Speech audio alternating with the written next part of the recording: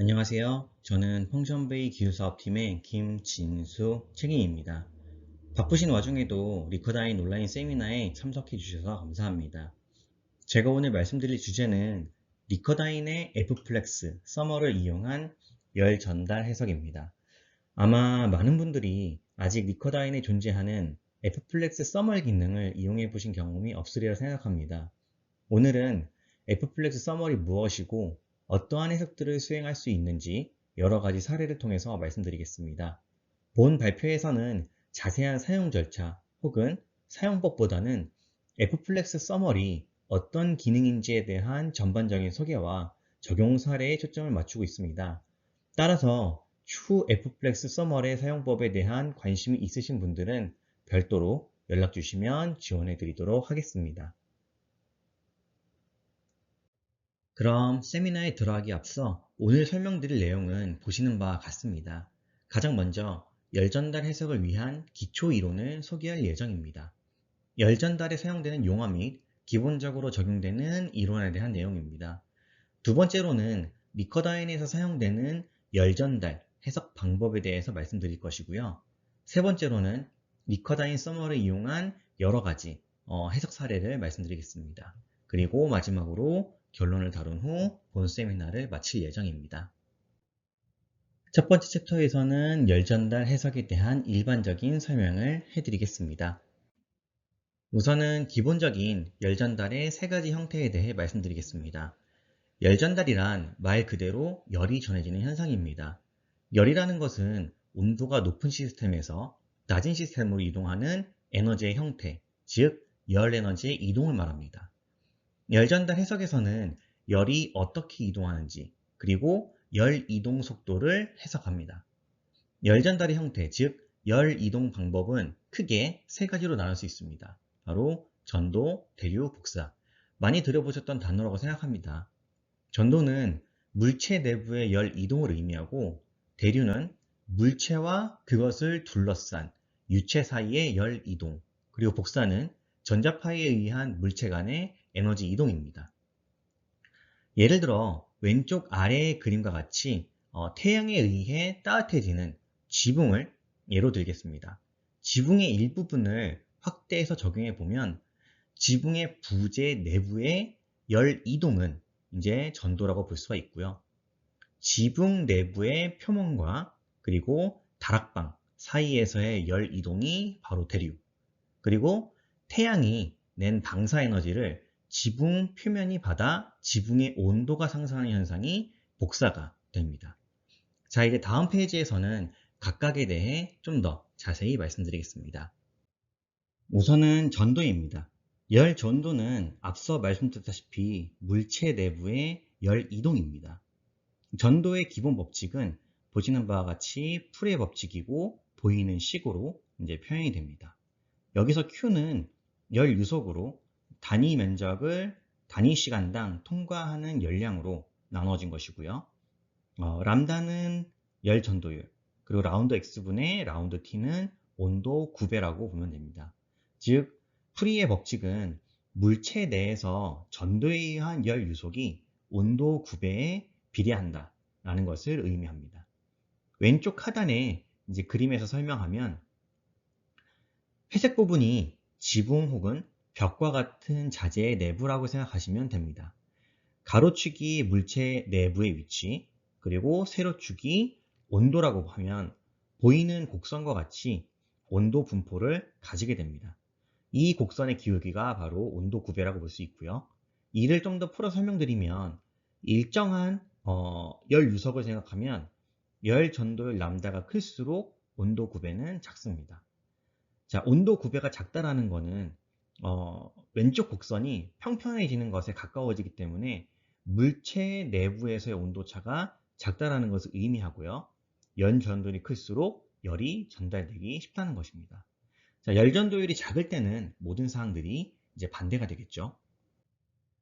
지금 보이는 표는 대표적인 재질의 열 전도율을 정리한 것입니다. 열 전도율이 높은 순서대로 나열되어 있습니다. 다이아몬드는 열 전도율이 매우 높은 재료입니다. 그 다음으로는 구리와 알루미늄과 같은 금속이 있습니다. 열의 이동은 기본적으로 원자 간의 이제 격자 진동에 의한 것과 자유전자의 이동에 의한 것이 있습니다. 기본적으로는 자유전자의 이동, 즉 전기가 통하기 쉬운 금속 재료들은 열이 전달되기 쉬운데 다이아몬드와 같은 경우는 전기를 통과하지 않지만 원자 사이의 격자 진동으로 열을 쉽게 전달하는 성질을 가지고 있습니다. 이 표에서는 알루미늄과 같은 경우에는 두 종류가 있지만 열 전도율에 약간의 차이가 있다는 것을 알 수 있습니다. 그 철계, 합금, 금속의 경우도 세 종류가 나열되어 있는데 순철이나 스테인리스를 보면 약 5배의 차이를 보이고 있습니다. 세라믹도 종류에 따라 많이 다른 것을 알 수 있는데 이와 같이 같은 종류의 재료에서도 열 전도율이 다르기 때문에 사용하는 재료의 열 전도율을 파악해서 설정하는 것이 매우 중요합니다. 다음으로 이어서 대류입니다. 대류는 액체 또는 기체와 고체 표면 사이의 열 전달을 의미합니다. 여기에 사용되는 기본적인 법칙은 뉴턴의 냉각 법칙이고요. 뉴턴의 냉각 법칙이 의미하는 바는 고체 표면과 유체 사이의 열 전달은 양자의 온도 차에 비례한다는 것입니다. 이 비례 상수를 열 전달률이라고 합니다. 열 전달률은 물체의 형상이나 유체의 속도, 그리고 밀도, 온도 등과 같이 여러 상태에 의해 변화시킬 수 있는 것이고 물성치가 아닌 공학적인 개수라고 볼 수 있고요. 오른쪽 아래의 표에 열 전달률에 관한 값들을 정리해 놓았습니다. 정지한 공기 같은 경우는 1에서 20 정도의 값을 가지고 흐르고 있는 공기의 경우는 10에서 250과 같이 이런 범위로 정리되어 있습니다. 구체적으로 열 전달률을 얼마로 설정하는지에 대해서는 여러 서적에서 다루고 있으니까 그 부분을 참고하셔도 이제 무방합니다. 열 전달의 마지막 세 번째 형태는 복사입니다. 전도와 대류를 통해 열을 전달하려면 중간 매개체가 있어야 하는데 복사 같은 경우에는 중간 매개체가 필요하지 않습니다. 왜냐하면 복사는 전자파에 의한 물체 간의 에너지 이동이라 그렇습니다. 태양이 지표를 따뜻하게 하듯이 두 개의 물체 간의 진공이어도 열이 전해지는 것은 복사에 의한 영향입니다. 복사에서는 특히 흑체와 회색체라는 것을 생각합니다. 흑체 같은 경우에는 모든 전자기파를 흡수하는 물체이고 회색체 같은 경우에는 일부를 흡수하고 나머지를 반사하는 물체로 일반적으로는 거의 대부분의 물체가 회색체라고 볼 수 있습니다. 여기서 스테판 볼츠만의 법칙이라는 것이 있는데 이 흑체와 회색체의 방사 에너지와 관련된 법칙으로 오른쪽에 보이는 수식과 같습니다. 특히 회색체의 경우에는 이제 방사율이라는 개념이 있는데 보이시는 이 엡실론이 바로 이것을 나타내고 흑체가 이 엡실론이 1인 경우를 나타냅니다. 결국 방사 에너지는 물체의 절대 온도의 4승에 비례하는 것으로 표현이 되게 됩니다. 자, 지금까지 1챕터에서 열전달 해석에 대해서 매우 기본적인, 정말 기본적인 내용만 추려서 소개해 드렸던 거 보시고요. 열전달에는 이러한 이론들이 있다라는 정도로만 생각하시면 될 것 같습니다. 이번 챕터에서는 리커다인에서 수행할 수 있는 열전달 해석 방법에 대해 설명합니다. 리커다인에서의 열전달 해석의 위치 지정, 설정 가능한 조건, 그리고 출력 가능한 어떠한 결과들이 있는지 말씀해 드리도록 하겠습니다. 리커다인의 열전달 해석에 대해서 본격적으로 말씀드리기 전에 그럼 리커다인에서 왜 열전달 해석을 하게 되었는가에 대한 배경에 대해서 간단하게 말씀드리면 많은 기계 시스템들은 이제 열을 발생시키거나 열이 전달되는 환경에서 사용되고 있습니다. 그래서 온도 변화가 있는 환경에서 기계 시스템을 거동할 때 어떻게 거동이 되고 변화가 어떻게 되는지 그런 부분들을 평가하고 싶다는 요구가 굉장히 많아졌고요. 그래서 리커다인의 V9R4부터 열 전달 해석 기능이 개발되어서 이제 사용할 수 있게 된 것이죠.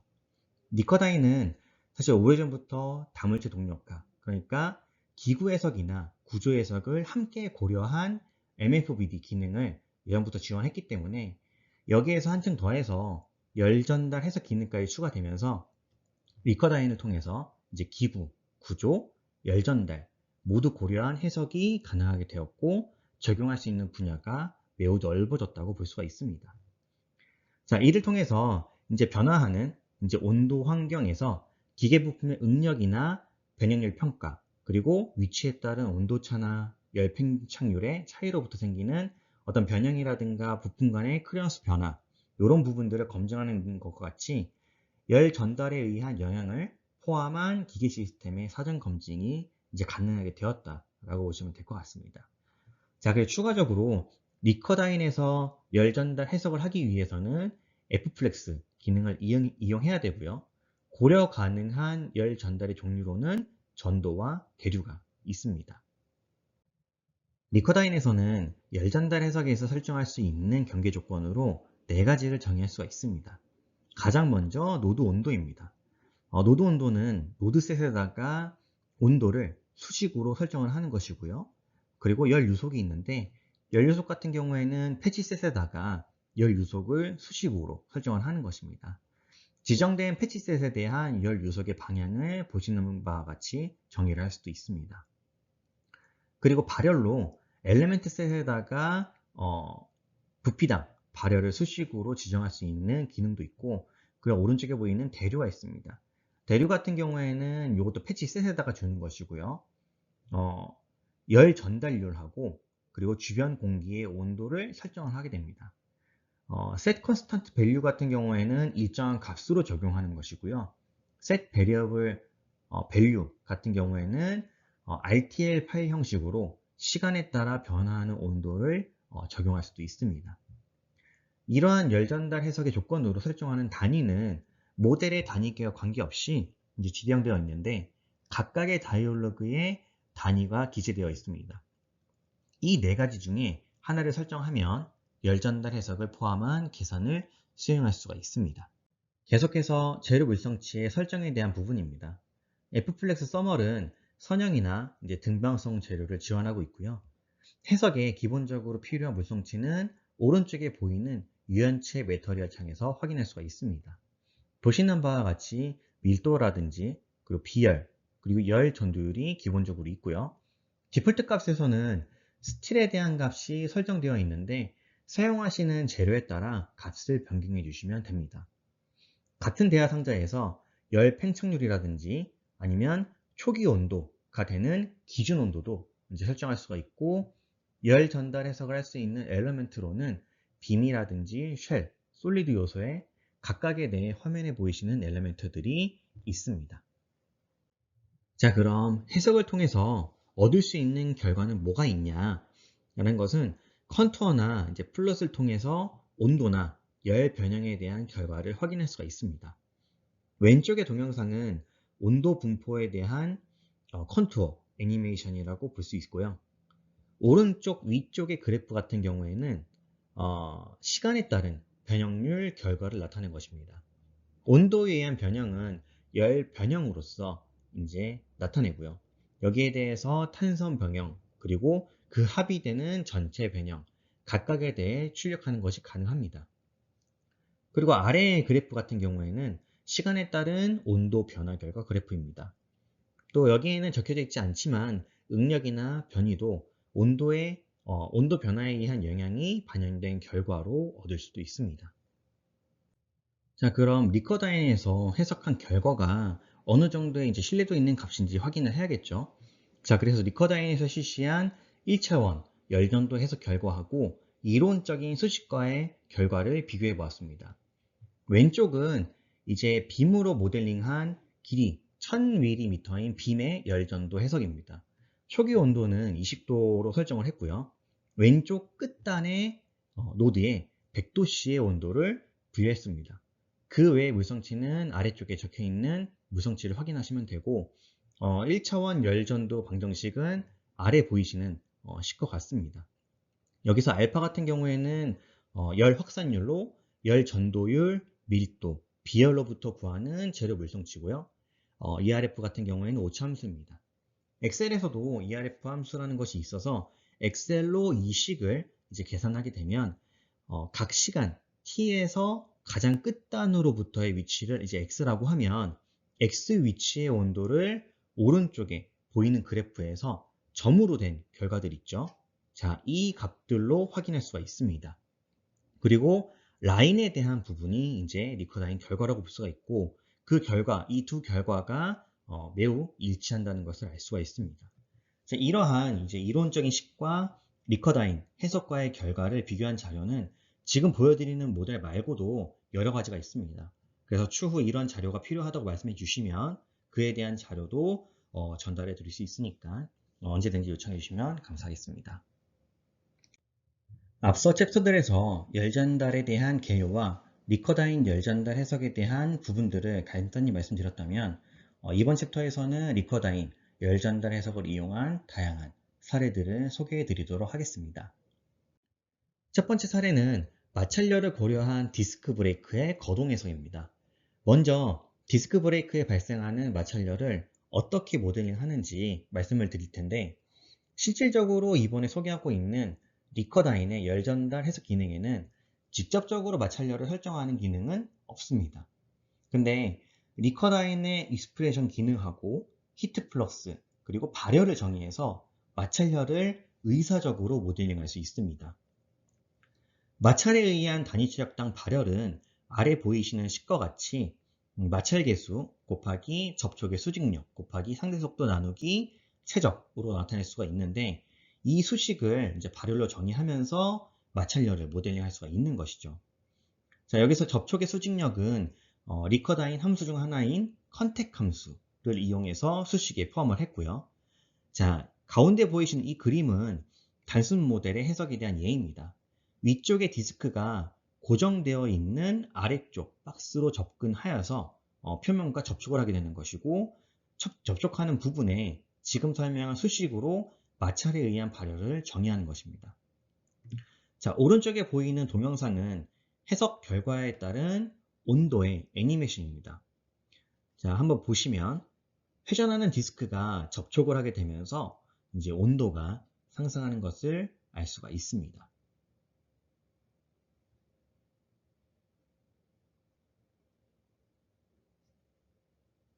그리고 이제 디스크가 떨어지게 되면은 점점 냉각이 되는 것도 확인할 수가 있죠.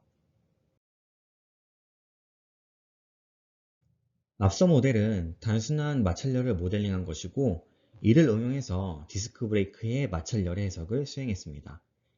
브레이크 로터와 그리고 패드 사이에 발생하는 마찰로부터 마찰에 의한 발열을 정의를 할 수가 있습니다.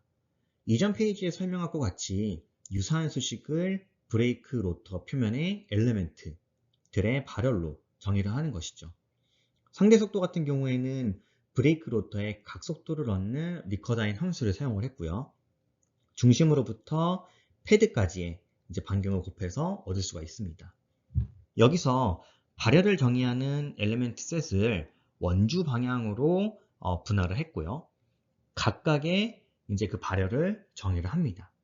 자, 각 엘리멘트 셋은 패드와 접촉하고 있는 시간에만 발열을 하게 되고, 접촉하지 않는 동안은 발열하지 않도록 설정하기 위해서 이렇게 엘리멘트 셋을 나눈 것이죠.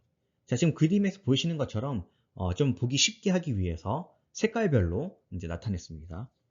자, 이 브레이크 로터에 이제 이니셜 각속도를 설정을 하고 두 장의 패드에는 브레이크 로터를 끼우는 하중을 정의를 하게 됩니다. 자, 그럼 해석 결과입니다. 왼쪽 애니메이션 결과에서 브레이크 로터와 패드의 마찰에 의한 발열이 이제 되게 되고요.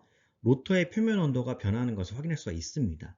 로터가 회전을 하게 되면 온도가 증가하고, 회전을 멈추면 온도가 내려가는 것을 확인할 수가 있죠. 오른쪽 그래프 같은 경우에는 브레이크 로터 표면의 한 지점에서 시간에 대한 온도 결과를 그린 그래프입니다.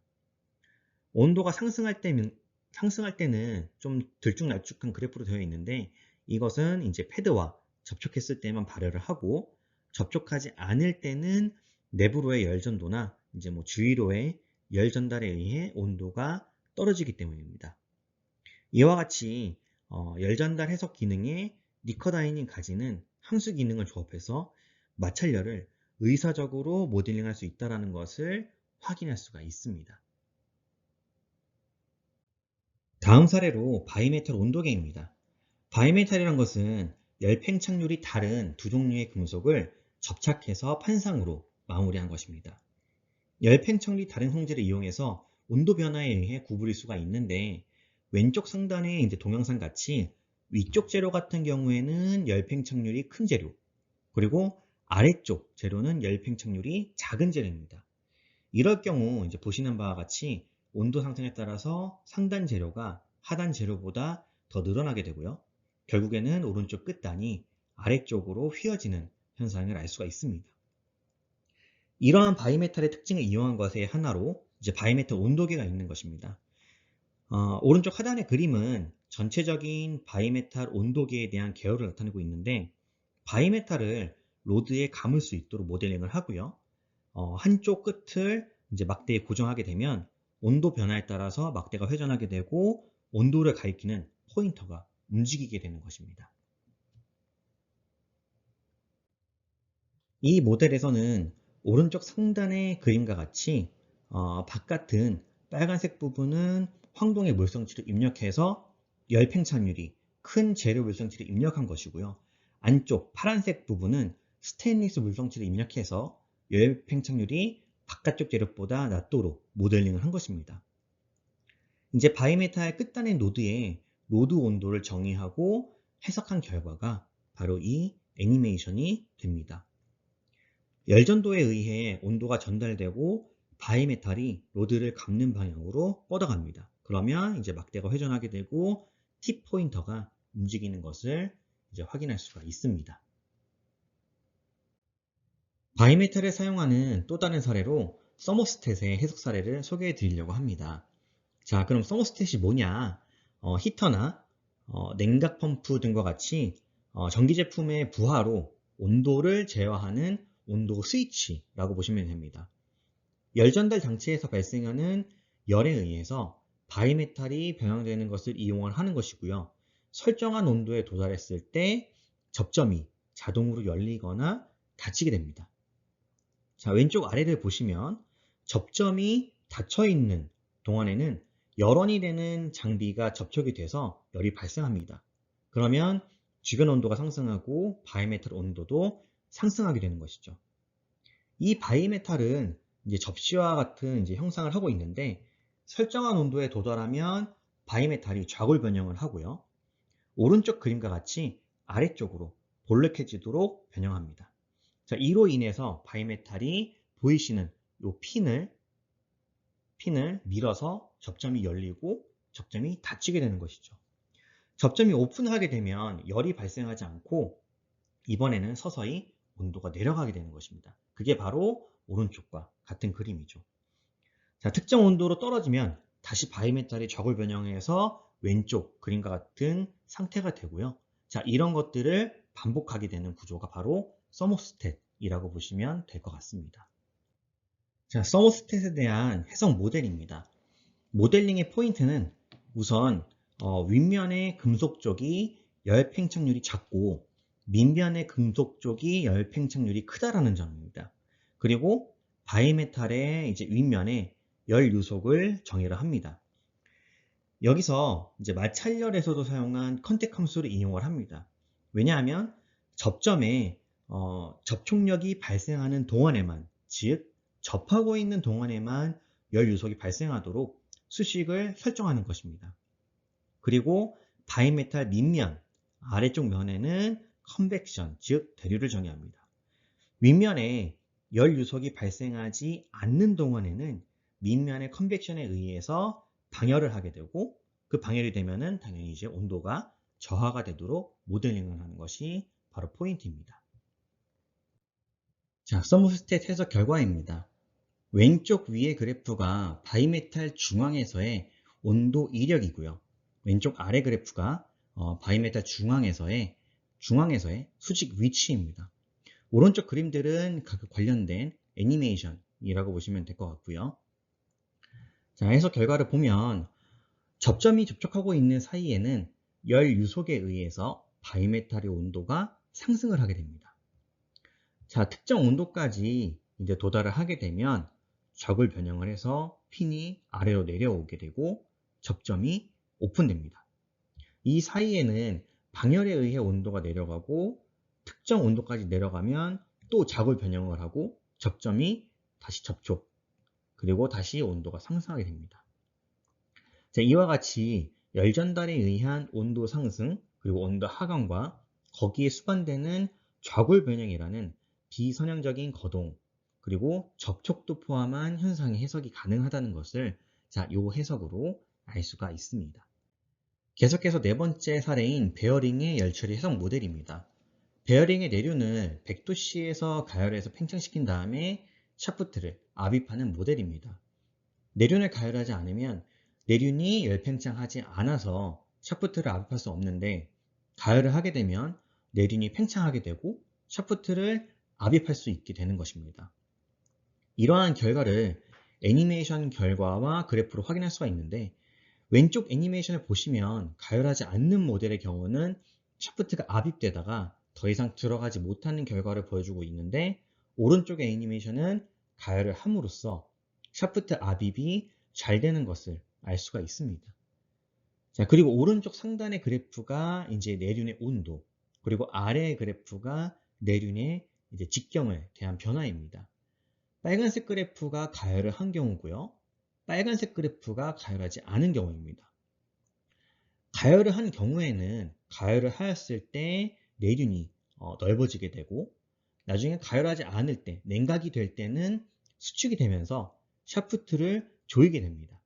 물론 이제 가열하지 않는 해석에서도 샤프트가 압입이 되면서 샤프트를 밀어서 넓히려고 하는 것은 보이는데, 내륜의 직경이 약간 넓어지는 변형이 생기지만은 충분하지 않기 때문에 압입할 수가 없었다라고 볼 수가 있는 것입니다. 단면을 커팅해서 본 결과들로 가열 유무에 의한 압입 여부의 차이를 좀 더 확인해 보겠습니다. 왼쪽에 비가열 동영상을 보면 압입이 되다가 더 이상 못 들어가는 결과를 볼 수가 있는데, 가열 같은 경우에는 잘 들어가고 있죠. 자, 그리고 오른쪽 가열 탑뷰 동영상을 보시면 접촉력에 대한 결과를 벡터 표시로 볼 수 있도록 한 동영상인데, 압입되는 동안에 작아졌던 접촉력의 크기가 압입되고 난 후에 내륜의 온도를 상온으로 냉각하고 있기 때문에 내륜의 수축과 동시에 샤프트와의 접촉력이 점점 커지는 것을 벡터의 표시로부터 알 수가 있습니다. 마지막 다섯 번째 사례는 열 변형을 고려한 가변 용량 터보 차저의 해석입니다. 가변 용량 터보 차저는 이동식 배인의 각도를 변경하여서 연소가스의 유속을 제어를 하게 됩니다. 이 가변 용량 터보 차저의 구성 부품은 연소가스에 의해서 고온에 노출되게 되고요. 열에 의한 팽창이나 변형이 발생하기 때문에 배인을 제대로 움직이기 위해서는 이제 고온일 때의 클리어런스 설계가 중요하게 되는 것입니다. 이번에 사용한 모델의 경우에는 전체 형상에 대한 부분은 이제 왼쪽에 보이시는 것과 같고요. 그리고 오른쪽에 내부 부품을 몇 개 확대를 해서 이제 표시를 해 두었습니다. 대표적으로는 유니슨 링, 그리고 마운트, 베인, 그리고 크랭크 핀이 있습니다. 크랭크 핀에 회전 방향으로 주기적인 움직임을 주게 되고요. 유니슨 링을 통해서 베인의 각도를 변화시킨다고 보시면 됩니다. 자, 이번 해석에서는 유니슨 링과 마운트를 유연체로 해서 열 전달과 그에 따른 변형을 고려한 것입니다. 유니슨 링과 마운트 표면에 온도를 설정하고 해석을 수행했습니다. 자, 그럼 해석 결과입니다. 거동과 온도 변형에 대한 응력에 대한 결과를 확인할 수가 있습니다. 우선 왼쪽의 애니메이션에서 정면에서 본 베인의 움직임을 확인할 수가 있습니다. 유니슨 링의 움직임에 따라서 변화되는 베인의 각도가 어떻게 작동하는지 알 수가 있고, 파란색 화살표는 컨택 펄스의 벡터라고 보시면 됩니다. 오른쪽 상단의 동영상은 온도 분포입니다. 마운트와 유니슨 링 표면에 주기적으로 설정된 온도에 따라서 각 부품 내부에 열이 전달되고 온도가 변화하고 있음을 알 수가 있습니다. 오른쪽 하단의 동영상은 마운트와 유니슨 링의 응력 분포로 클리어런스가 좁아짐에 따라서 접촉이나 온도의 차이에 의해 생기는 변형의 영향으로 발생하는 응력을 확인할 수가 있습니다. 자, 그리고 왼쪽 하단 같은 경우에는 마운트와 드라이브 링을 옆에서 본 그림입니다. 두께가 얇은 마운트와 유니스 링 모두 왼쪽 부분에 온도를 부여를 하였기 때문에 두 부품에서 좌측과 우측 사이 온도 차이에 의해 변형이 발생하는 것을 알 수가 있고요. 또 이 변형에 의해서 클리어런스가 변화하고 있고 접촉하고 있는 것을 포스 벡터로부터 확인할 수가 있습니다. 그래서 열전달에 의해 접촉력이 어떻게 변화하는지 확인해 보았습니다. 각 동영상에서 표시되는 화살표는 배인에서 발생하는 접촉력의 폴스 벡터이고 접촉력의 포커싱을 맞추기 위해서 컨투어 결과는 표시하지 않았습니다. 자, 왼쪽 동영상은 열 전달을 고려하지 않는 경우입니다. 배인의 각도에 따라서 접촉력이 발생하지 않고 클리어런스가 맞고 있는 타이밍이 있는 것을 알 수가 있습니다. 오른쪽 동영상은 열 전달을 고려한 경우입니다. 열로 인한 변형의 영향에 의해서 클리어런스가 좁아져 버려서 배인에는 항상 접촉력이 발생하고 있다는 것을 알 수가 있습니다. 또한 열 전달을 고려한 경우가 포스 벡터의 길이가 길고 보다 큰 접촉력이 발생하고 있는 것을 확인할 수가 있습니다. 자, 왼쪽 아래 그래프를 보시면은 배인과 마운트의 접촉력을 고려한 것입니다. 가로축이 시간이고 세로축이 접촉력입니다. 파란 선이 열 전달을 고려하지 않는 경우, 붉은 선이 열 전달을 고려한 경우입니다. 파란 선의 경우에는 컨택이 발생하지 않고 있는 시간들이 아까 말씀드렸죠. 존재를 하게 되는데 붉은 선의 경우에는 그 시간대에도 접촉력이 발생하고 있습니다. 열 전달을 고려하는 경우 이런 클리어런스에 대한 부분을 좀 더 현실적으로 고려할 수 있다고 볼 수 있습니다. 또한 열 전달을 고려하지 않는 경우보다 큰 접촉력이 발생하고 있는 것을 이 그래프를 통해서 알 수 있습니다. 이와 같이 리커다인에 의한 기구, 구조, 열 전달 해석을 이용해서 열 변형에 의한 클리어런스의 변화나 이런 접촉력의 변화를 동해석으로 수행했다고 볼 수가 있습니다. 그럼 마지막으로 결론을 맺도록 하겠습니다. 첫 번째로 열 전달 해석 기능을 구현함으로써 리커다인을 통한 기구, 구조, 열 전달 해석이 가능하게 되었고요. 그리고 온도 변화에 따른 변형이나 응력에 대한 영향을 고려한 동적, 거동 해석이 가능하다고 볼 수 있습니다. 자, 그리고 컨터라든가 플러스 통해서 이러한 결과들을 볼 수가 있고요. 리커다인 해석 사례를 통해서 다양하게 적용할 수 있다는 부분도 확인해 드렸습니다. 아마 열에 의한 영향을 포함한 기계 시스템의 사전 검증을 하고자 하시는 분들이 있다면 이러한 기능들이 많은 도움이 될 것이라고 생각합니다. 처음에 말씀드렸다시피 자세한 사용 절차나 방법에 대한 내용은 시간 관계상 본 세미나에 포함되어 있지 않았습니다. 그래서 실제로 F플렉스 서머를 이용해서 어떻게 모델링 하는지, 어떤 방식으로 적용을 할 수 있는지 좀 더 궁금하신 분들이 계시려고 생각하는데 리커다인을 설치하시면 매뉴얼이라든가 튜토리얼에서 관련된 기능을 한번 사용해 보실 수가 있으니까 이 점 참고 부탁드리겠고요. 그럼 이상으로 발표를 모두 마치겠습니다. 지금까지 펑션베이 기술팀의 김진수 책임이었습니다. 경청해 주셔서 감사합니다.